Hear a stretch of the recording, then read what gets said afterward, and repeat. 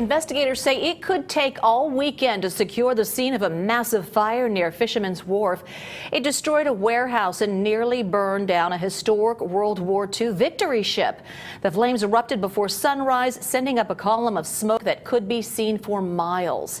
The fire happened at the back end of Pier 45. KPIX5 Dahlin spoke with witnesses who called 911, and he has some amazing footage of the fire. The fire is now contained, no longer threatening any nearby structures, but now with the winds really picking up, firefighters are looking out for any hot spots that may pop back up. And looking at the big flames from this morning, a lot of folks say the SS Jeremiah O'Brien is a Memorial Day miracle. Fire, smoke, and explosions. Witnesses say this intense firefight started out from what may be the explosion of a small propane tank at 4:15 in the morning. Actually heard an explosion and then the fires just bursted out of the building. All I heard was a big old bang. And I thought, and it made it loud because of the warehouse, the echo. Maricel Dizon had just arrived at work. She helped to evacuate other workers at nearby buildings. It was scary, but I had to act fast and make sure to call 911. Workers say what was a small fire quickly spread and in less than 5 minutes engulfed the building with thick black smoke. Huge, shooting out of the roof. I mean, it was big and it was hot. It was really in my face. You really felt the heat? Yeah, I felt the heat. Flames shot up about 100 feet into the sky. Right now we're doing what's called a surround and drown. So we're getting this from all sides. It's too dangerous for our members to be in there.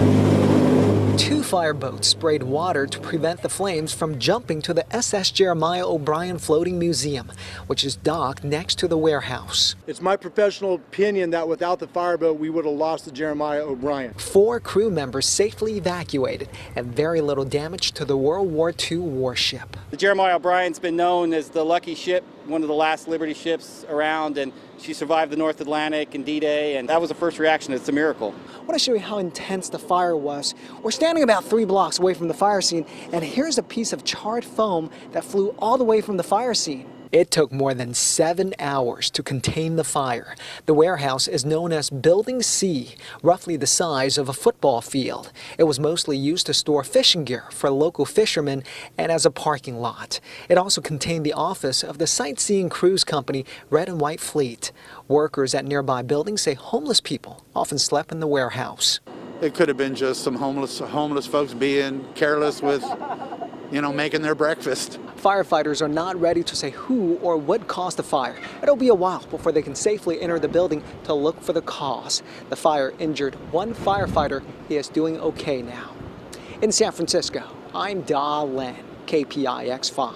And as Da mentioned, while fire crews battled the flames at the warehouse, they also did save that historic ship on this Memorial Day weekend. KPIX5's Kenny Choi is live at Pier 45, not too far from the Jeremiah O'Brien with new video. Hey, Kenny. Brian, good evening. You can still see some of the smoke and ash drifting behind me near that ship. I talked to the captain just a short while ago. He tells me it was a miracle that it was not damaged. And when you take a look at some of the video earlier this morning when the flames erupted, you could see that ship in the forefront and the flames just behind it in the background. And you really get a sense of how close those flames were to consuming this relic.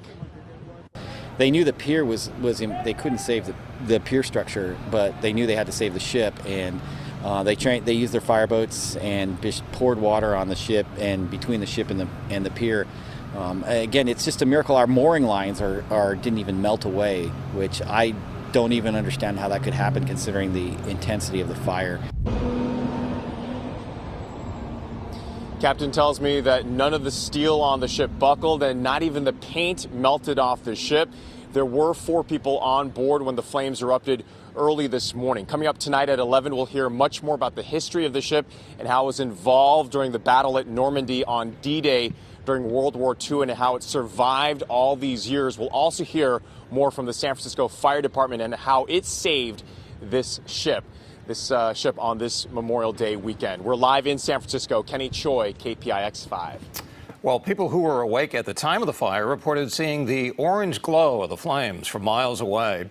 Dan Whaley took those photos from just across the water just as the sun was rising.